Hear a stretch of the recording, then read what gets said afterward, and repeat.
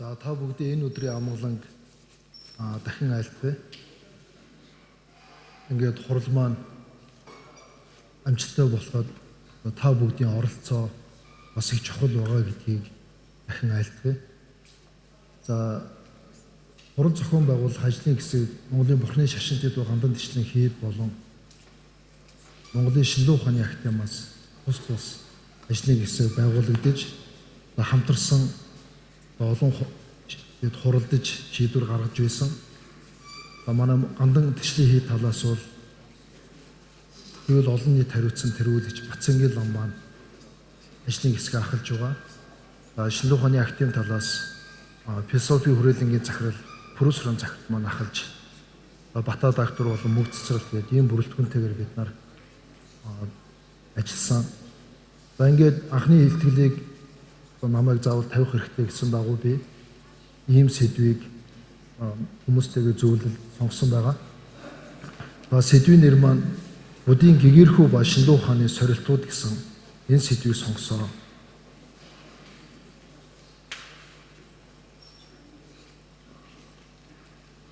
Тэгвэл шинэлүү ухаан, буддизм хоёрт өөр тусдаа нийгэмд сайн сайхныг бүтээж байгаа олон зүйл байгаа. Тэгвэл эндээс ер нь хэмэл оюун ухаан, будын гэгэрхүү гэж байгаа бол энэ хоёр маань яг будын гэгэрхүү гэдэг тусын жаахан тайлбарыг энэ бэлдсэн байгаа.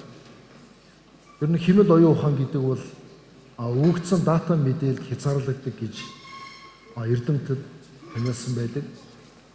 Тэгвэл будын гэгэрхүү гэдэг маань оюун ухаан гэгэрх гэдэг хүмүүст байдаг сүрэг сэтгэл бүгдийг арилгаж оюун санаа хязгааргүй хөгжихийг будын гэгэрхүү гэдгээр ингэж таниулж байна.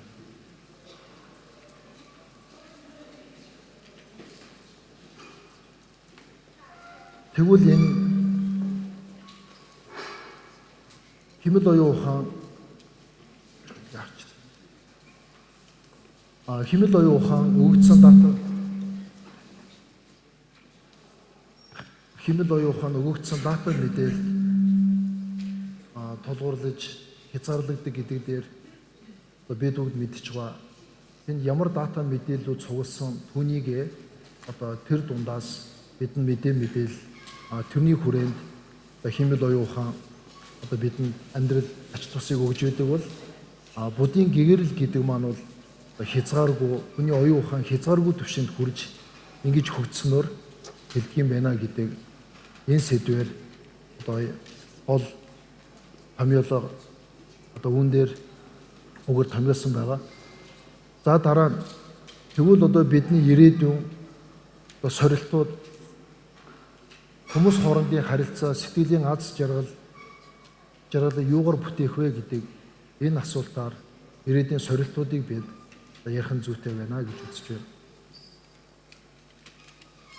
Хэмэл оюун ухаан хөгжиж бидний амьдралд олон эерэг сайн сайхан зүйлийг бий болгож өгж байгаа хэдий ч ирээдүйд хүмүүс хоорондын харилцаа, сэтгэлийн аз жаргалыг бүрэн бүтээж чадах уу? Тэгвэл бид хүн төрөлхтөн оршиж буй цагт бидэнд аз жаргал хэрэгтэй.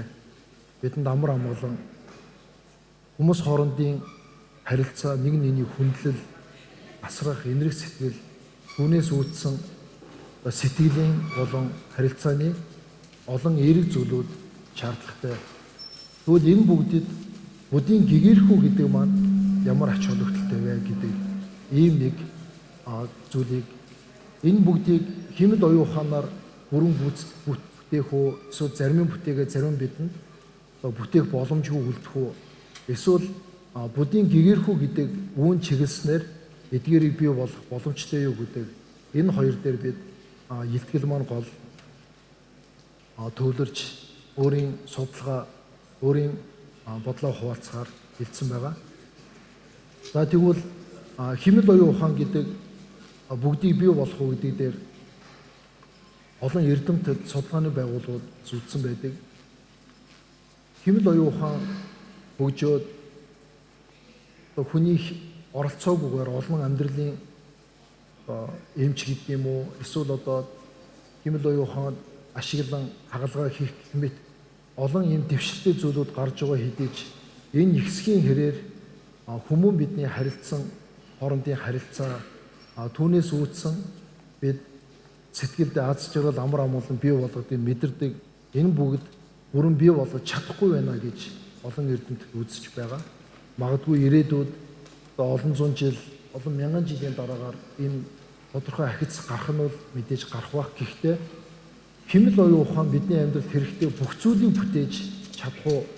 Химэл оюун ухаанаар бүтээж чадахгүй үлдэх юм байгаа юу гэдгийг нь бол одоо бидний асуултын хариулт хэрэгтэй юм болж байна. Хүний энгийн амьдрал дээр байдаг бид хүн чин сэтгэлээсээ бидний яг одоо харилцдаг бидэнтэй тийм сэтгэлийг бий болгож байхад бүхэн өөрт ямар таатай мэдрэмж төрдгөө. Тэгвэл энэ бүгдийг хүн төрөлхтний ирээдүйд их үүлэх юм байна. Энэ одоо их хүн дутагдах юм биш үү гэсэн ийм зүйлийг орчин цагийн шинжлэх ухааны эрдэмтэд ийм болж мэдхэр байна гэж дүгнсэн байдаг. Үүнийг дэлгэрэнгүй илтгэлдээ бас их сурвалжийн гаргаж оруулсан байгаа. Тэгвэл будын гэгэрхүү гэдэг маань юуныг бий болох боломжтой юу? Бүтээх боломжтой юу гэдэг дээр эхлээд будын гэгэрхүү гэдгээ бид томьёолё гэж ингэж бодсон. Будын гэгэрхүү гэдэг бол сая энэ бидний хэлсэн адилаар хүн сөрөг сэтгэл бүгдийг арилгаж оюун санааг хязгааргүй хөгжихийг будын гэгэрхүү гэж ингэж томьёолсон. Тэгвэл энэ будын гэгэрхүү гэдэг энэ хүний амьдралд хэрэгтэй байгаа эдгээрийг бий болгож болох уу юу гэдэг дээр яг гэгэрэлд хүрэх зам мөрөн түүний бий болгож чадах хэсгээс хамаарна гэж миний хувьд судалж багш нараас дээдсүүдийн номоос үзэж ирсэн. Тэгвэл гэгэрэлд хүрэх зам мөрөн бод сэтгэл болон хоосон чанарыг онсон буюу мэдсэн ухааны тусламжтайгаар гэгэрнэ гэж бурхан бушиг руу альцсан байдаг. Тэгвэл бод сэтгэл болон хоосон чанарыг онсон энэ ухааны тусламжтыг гэгэрх юм бол энэ хоёр гэгэрлийг бий болгодог гол хүчин зүйл болсон энэ чадварууд ирээдүйд хүн төрөлхтний сэтгэлийн аз жаргал амар амгалан хүмүүсийн хоорондын харилцаа энэ бүгдэд ямар ач тустай энэ хэрвээ түүнийг бий болгож чадчихвал будын гэгэрхүү гэдэг үешээ хүн төрөлхтөн чиглэхийн хэрээр сэтгэлийн аз жаргал амар амгалан олон зүйлийг бий болох боломжтой гэсэн ийм дүгнэлтэнд хүрэхээр байгаа. За тэгвэл будын гэгэрхүүд хөдөлдөг бод сэтгэл хоосон чанарыг мэдэх гэж хоёр байгаа юм бол бод сэтгэл гэдэг маань яг юу хэлэх вэ гэдгийг товчхон томьёолохыг оролцсон байгаа. Тэгвэл бод сэтгэл гэдэг бусдын төлөө гэгэрлийг хүссэн ийм хүчтэй сэтгэлийг бод сэтгэл гэж үзэж болно. Бод сэтгэл гэдэг нь бусдын төлөө байдаг юм байна, ганц өөрийн төлөө биш. Бусдын төлөө би яах вэ гэхээр би өөрийн муу сэтгэл, өөрийн сөрөг бодол, түүнээс үүдсэн зохисгүй, ёс суртахуунгүй үг үйл, бие хэлний үйлдэлүүдийг бүгдийг арилгаж чадах юм бол гэгэрнэ гэж үздэг болохоор бусдын төлөө гэгэрлийг хүсэж зорж байгаа ийм оюун санаа ирээдүйн хүн төрөлхтөнд бид бүгдийн амьдралд маш чухал байна гэсэн ийм саналыг төвшүүлж байгаа. Яагаад вэ гэхээр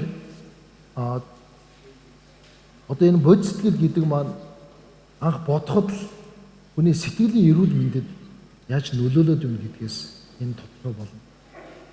Жишээлхэд барууны ангаахын шинжлэх ухааны эрдэмтэд эмчлэхэд хэцүү байгаа өвчнүүдийн нэрлэхдээ сэтгцийн өвчнийг нэрлсэн байдаг. Тэгвэл хүний энэ сэтгэлийн эрүүл мэнд гэдэгт яаж эмчлэх үү, яавал түүнийг эрийг сайн байлгах уу гэдэг дээр оюун санаа өөрийг нь ашиглаж хүний оюун санаа бодол тулгуурлан хүнийг эрүүл байлгах, засах ийм аргуудыг буддизмд маш дэлгэрээр гаргасан байдаг. Саяны тэр бод сэтгэл гэдэг бусдын төлөө хүн ганц өөрийгөө бодохын хэрээр хүний бодол улам богино болж хүн өөрийг нэг жаахан муулах юм уу? Эсвэл хүн өөрт нэг жаахан хүндэтгэлгүй хандах юм уу? Эсвэл өөрийн зорж байгаа үйл хэрэг бүтэхгүй байх тийм үед хүн амархан сэтгэл хямардаг. Хүн түүнээсээ үүдээд хүний сэтгэл зовлон бий болохын хэрээр би эрүүл мэнд сэтгэлийн эрүүл мэндэд нь сөргөөр нөлөөлж байдаг гэж ингэж үздэг буддизм. Тэгвэл хүн ганц өөрийг биш бусдын төлөө гэж зүгээр байх бишээ. Бусдын төлөө хүн сайн сайхан зүйлийг хий гэвэл өөрөө тийм чадвартай болох хэрэгтэй учраас энэ бол гэгэрэл гэдэг рүү ингэж хөдөлдөг. Би өөрөө гэгэрээгүй, би өөрөө ёс суртахуунтай болоогүй байж яаж бусдад тусалах юм бэ? Үүний бүгд зонхоо өөрийгөө номготгоогүй бол бусдыг номготгох, сайжруулах боломж байхгүй гэж амьдсан байдаг.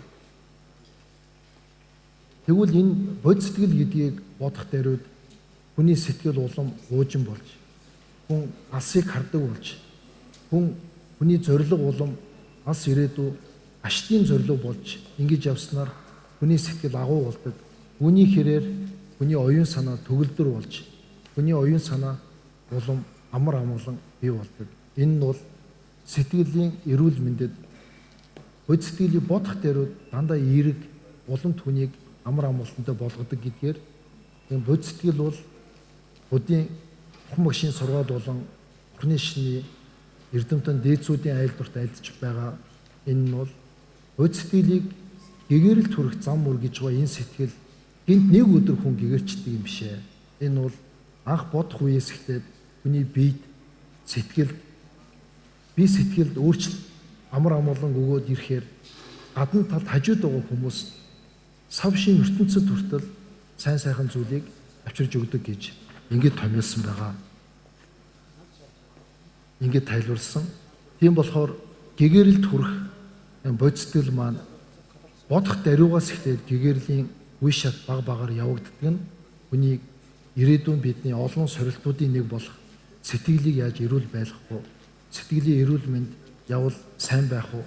Бид явал сэтгэлдээ аз жаргалтай байх уу гэдгийн чухал хүчин зүйл болно гэж ингэж ийм саналыг дэвшүүлж байна. За буддийн бурхан багшийн сургаал хүн гэгэрийг гэхэд оюун санаа гэгэрэх хамгийн чухал. Тэгвэл түүнд хоёр арга байгаагийн нэг нь бод сэтгэл байсан бол нөгөөх нь хоосон чанарыг онж мэдэх. Хоосон чанарыг мэдэх.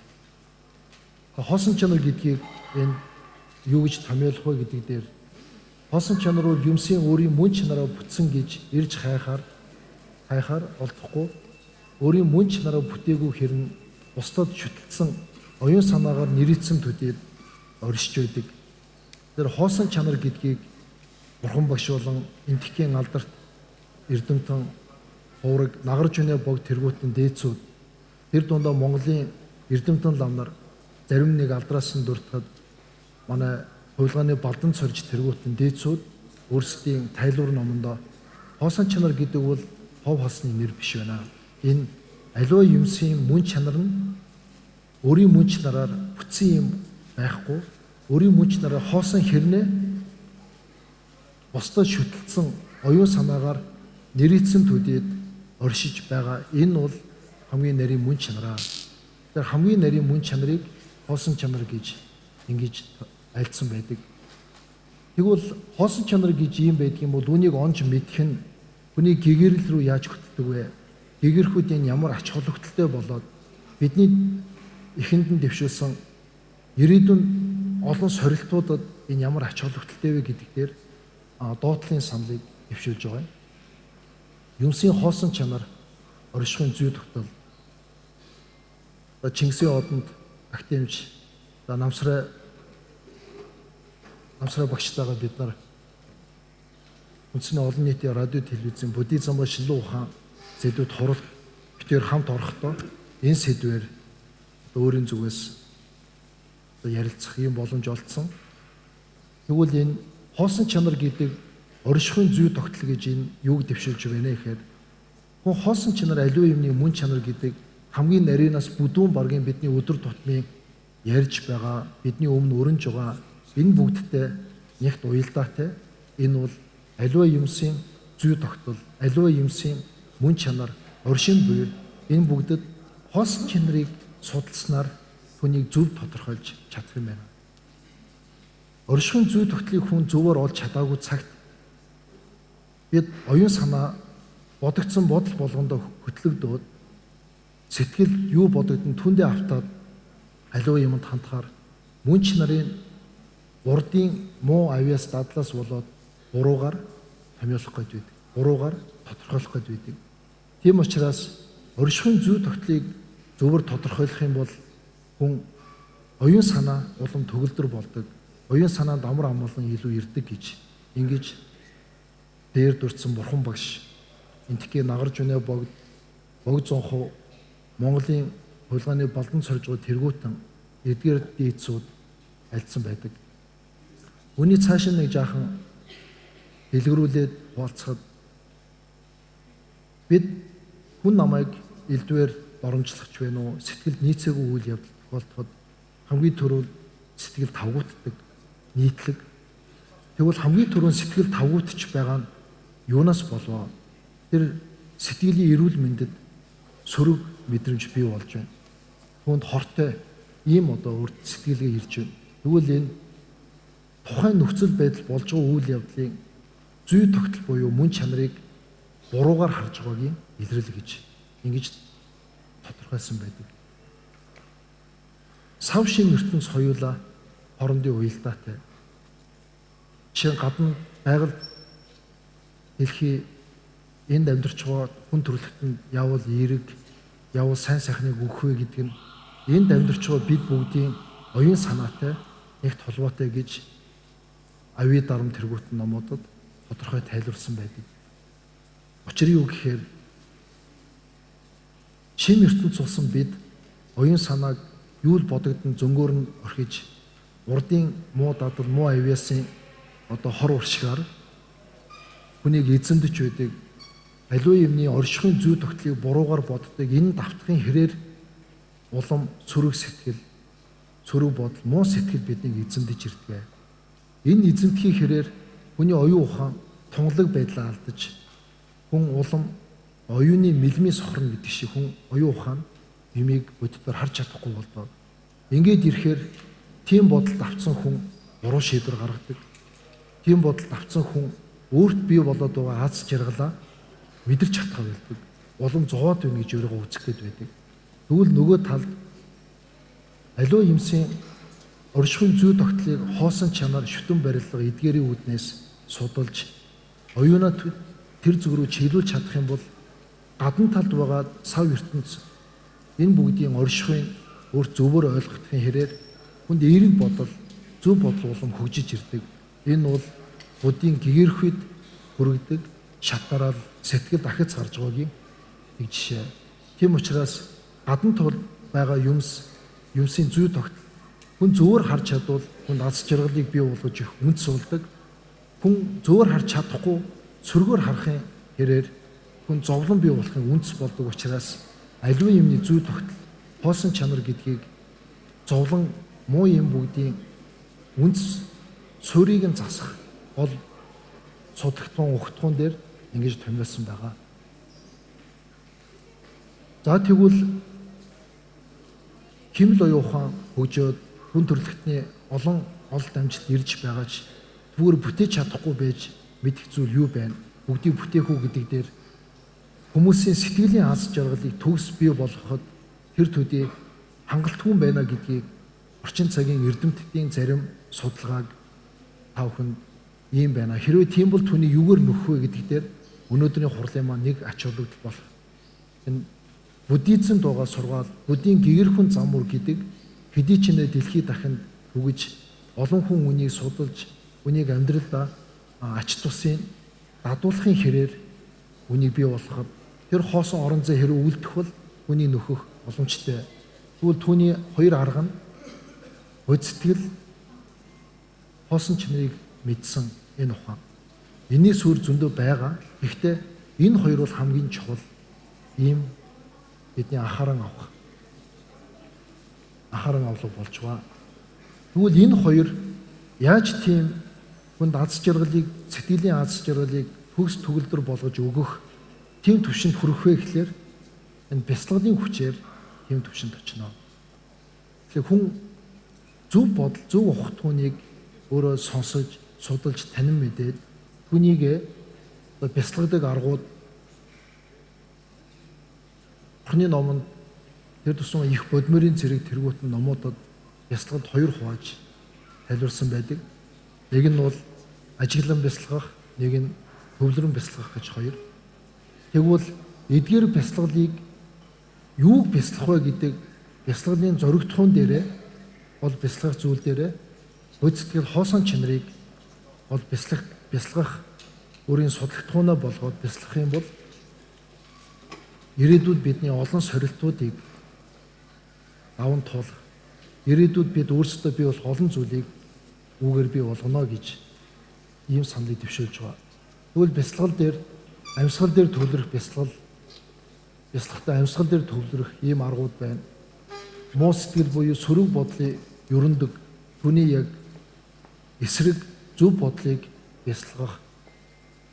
Тэгвэл эдгээрийг бяцлахаар хүний мэдээж ирээдүйн сэтгэлийн ас жаргал амар амгалан бий болохоос гадна тэр даруйдаг хүний биеинд тархинд ямар өөрчлөлт гарах вэ гэдгийг энд тав хүнтэй хуваалцаж энэ дээр зарим нэг саналыг дэвшүүлэхийг зорилоо.